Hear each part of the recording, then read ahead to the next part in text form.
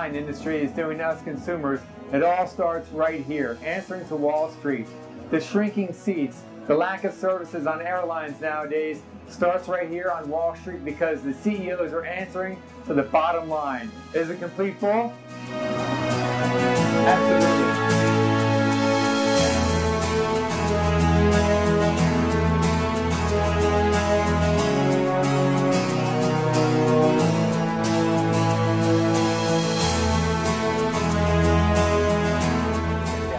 Cabs have the most legroom, unlike airplanes that only have 32 inches. JetBlue has 32 inches of legroom, and that's the largest carrier in the world in terms of sizable seats. Now, a New York City cab, most people wouldn't believe this, has 42 inches of legroom. I'm 6'3" and I have plenty of legroom. But the ironic thing is, with the airline industry, the typical length of flight is about 3 hours. In a New York City cab, where everyone mostly thinks, oh, it's crowded and tight and awkward, the typical ride is 15 to 20 minutes, but you have 42 inches of legroom. 42! 10 inches more than an airplane, which the average ride lasts for 3 hours. Go figure. And one of the things we've seen over that time frame is we've always asked our users in surveys and things, would you pay extra for more legroom, a better seat, a better seating experience?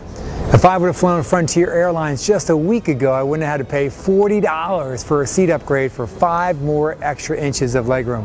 But hey, that's the price you got to pay to be comfortable nowadays. And that's why the airline industry is making millions on upgrades for just a few inches for us to be more comfortable for a flight. A product called Choice Seats, which is seats towards the front of the plane. And it's not more legroom, it's not a better seat, it doesn't recline more, none of those things. It's just towards the front. $15 for each seat, each way, and really very few benefits for the consumer.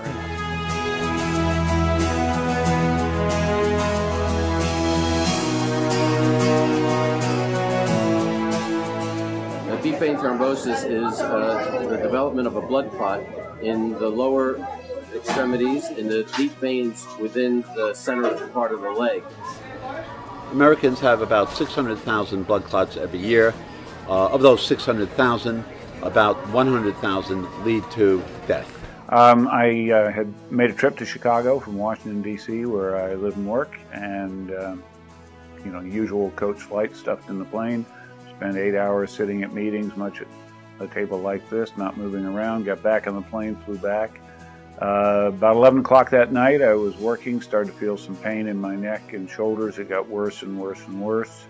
And finally, breathing got to the point where it was very difficult, extremely painful and uncomfortable. And the next morning, I wound up in the emergency room. I mean, it's incredible pain when you have one of these things. Some people say they have clots that don't have pain. I was not among them. I had, as it turned out, I had blood clots in both lungs, multiple clots. I finally got a CAT scan in the afternoon. The CAT scan is sort of the definitive diagnostic test to see if you've got pulmonary embolism, which is the blood clot in the lung. Well, the traveling often has a lot to do with it, and certainly the cramped conditions in air travel these days doesn't help. So a person taking a flight in an airplane for a long period of time is more vulnerable to a blood clot. The plane that Spirit flies is an Airbus A320. They put 178 people in economy on that plane. There is no first class, it's all economy seating. The same exact plane is flown by JetBlue, and it has more legroom throughout the plane for everyone, and it has a little section of even more legroom for some people. On that plane, they have 150 people.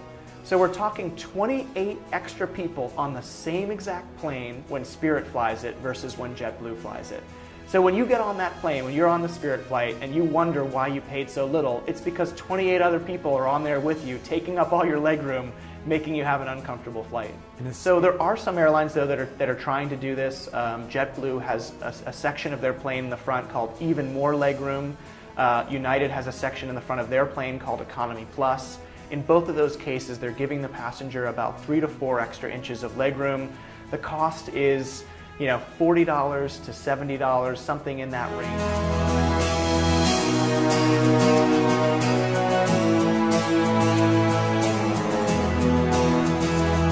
When I came out of the bathroom on the last flight, I realized it's probably one of the last service on board that you don't have to pay for. So what's next? Possibly having to pay for the loo?